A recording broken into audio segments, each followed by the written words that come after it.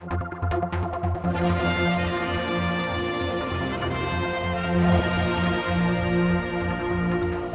today is a very historic day. We've been hearing about this, that Gary Roberts, the first Manx Chief Constable, is being sworn in. And I thought it was a good time to have another quick word with you, because we talked to you when you got the job. But here it is, you're now the Chief Constable. How's it feel? Feels like it felt last week when I wasn't, really. It's no different. I mean, I've had an integral role in running the constabulary for years now, so it doesn't really feel any different. I'm sure it will do at some point when things are not great or when we're in the spot of bother, but at the moment it feels like I would expect it to. Would it be fair to say that you've been sort of running the ship now for some time, because that's the normal process, I understand, isn't it? Once the chief is going to go, then you kind of take more responsibility, or was that always the case that the deputy is in charge, really?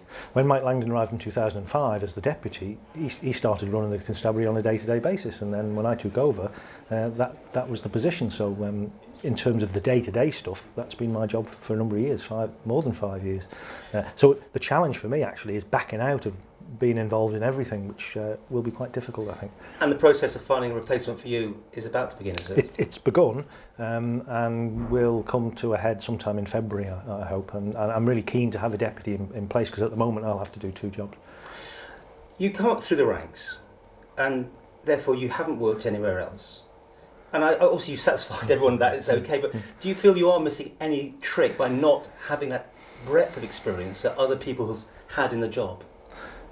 Sometimes I think so, and then sometimes I don't. One of the difficulties I've had throughout my career as a police officer, I think, is sometimes a momentary lack of confidence, which is about, hang on, I'm grounded here, I've been developed here, I've done lots of things here. And it's only when I'm exposed to things in the UK that I realise actually it's no different. The challenges are the same. Managing a small organisation is actually much more tricky than managing a very big one. And the very fact that I actually know this organisation and I know the community here better, I think, than any of my predecessors gives me an advantage. Where we've gone wrong in the past is picking up a big UK model and trying to insert it into the Isle of Man, and it hasn't worked. So I know the pitfalls, and I have around me a really rounded team of people who know exactly what they're doing. And the interesting thing is that I have a very positive relationship already with the Inspector of Constabulary, Stephen Otter, who's the Her Majesty's Inspector who covers the Isle of Man by invitation, is already offering me distant support and moral support, and I feel very relaxed and comfortable about that. So you've got a sort of mentor, or whatever we call it, someone that you can go to a sounding board? Yes, I have, and he's a very experienced Chief Constable, so that support and that guidance is there should I need it. Well, I mean, trying to look back on things you've done, you haven't really put your head above the parapet too often, although I know you're going to not like me for saying this. You did mention about 16-year-olds going into pubs, and that caused a furore, but it seems to have disappeared again. Do you still have the same view? And what was that view? Just remind us what you said. The role of the deputy, to answer the first part of the question, is a background role. It's about making sure the finances are in order, making sure that the people things are in order, making sure that operationally things are being done that should be done. So that's why you don't see deputies very often. I did put my head above the parapet, and I talked about effectively socialising young people into alcohol. Young people at the moment too often drink in an uncontrolled fashion, they drink in a dangerous fashion, and they drink in a way that ultimately I think we will lose lives. Young people potentially could die because of their abuse of alcohol. What I talked about was finding ways of exposing them to safe and sensible drinking in a controlled environment earlier than is the case now. It's gone away though. It has gone away, but I think it's an idea that certainly at some point I think in the future will be looked at. Environments like public houses on the Isle of Man are generally safe. They're generally well run, and the trade here is generally very sensible. We have to teach young people how to drink. Having a prohibitive approach to drinking is going to fail. So we are daft if we think that young people are not going to drink when they reach the age of 18. They're drinking at 13 and 14. We've got to stop them doing that, but we've got to teach them as they get to 18 how to drink properly. We've seen this ourselves. We've been down these parks where it's just a collection of young kids, clearly just teenagers, who are gathering and drinking whatever they can get hold of. Yes. because they'll say they've got nothing else to do. Yes, and it becomes a game of cat and mouse where the police turn up and take the drink off them, or we move them onto another location. That's not beneficial to anyone. Young people can't drink when they're very young. It's really important that they understand the important health messages. But as they get towards 18, they really need to understand how to drink sociably, to drink carefully and to drink sensibly. And sometimes we don't get that message across properly. Now, politicians over here always seem to be passing or trying to pass lots of laws. The nanny state thing, I mean, we had that under Mr Earnshaw when he was putting the criminal justice through, and it didn't make it. I mean, it did look quite severe, should we say, for restrictions on people's liberties. Then you've got Mr Singh at the minute, who's trying to bring in some aspects of controlling where drink can be actually consumed. What's your views on that? Are you allowed a view on that? It's a political matter, but the current situation is confusing for the public. There are some places where you can drink, some places where you can't drink. Local authorities have to opt into a scheme.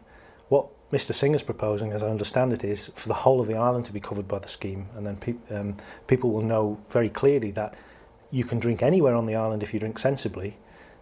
If you're not drinking sensibly and you're warned by a police constable that you're not drinking sensibly, then you can be stopped from drinking.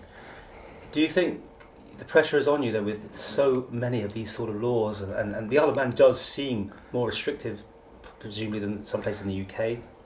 I don't think the island's any different than the UK. I think the growth in lawmaking in the UK certainly came with the Labour government in 1997. They made dozens and dozens of new criminal laws. The Isle of Man hasn't kept pace with that at all.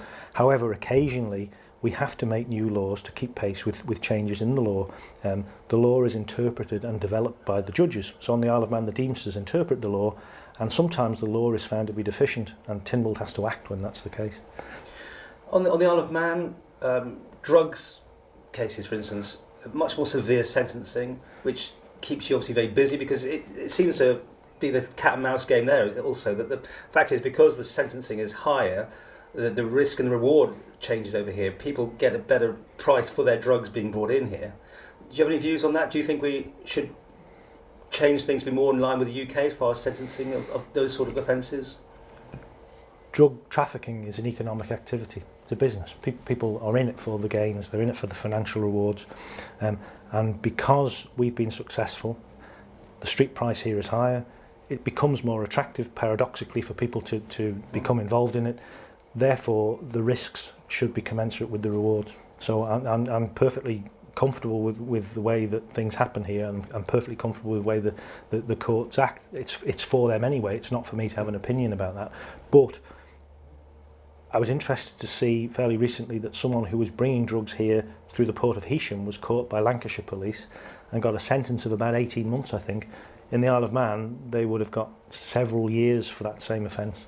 Now, it's my view that the punishment on the Isle of Man is right, and it's my view that the public want it to be like that, and I think that's appropriate. Because I mean, as in the before the courts the other week, the muling thing's even going on. I mean, that's you think about that in bigger countries than the Isle of Man. It's worth people to actually ingest drugs to get them into the Isle of Man. Is that because you're being so successful? It's partly because of that, but it's partly because organised crime syndicates in the northwest of England see the Isle of Man as a territory where they can make money, and that's why I talk a lot, and Mike Langdon, my predecessor, talked an awful lot about the need to look at serious and organised crime as well as delivering neighbourhood policing. And the biggest difficulty any Chief Constable has on the Isle of Man is providing a local service to deal with really low-level issues that bother people and damage their quality of life, but at the same time having a regard to what's happening in the UK, which is syndicates trying to bring drugs into the Isle of Man. Well, we'll carry on this conversation in our next section. Okay.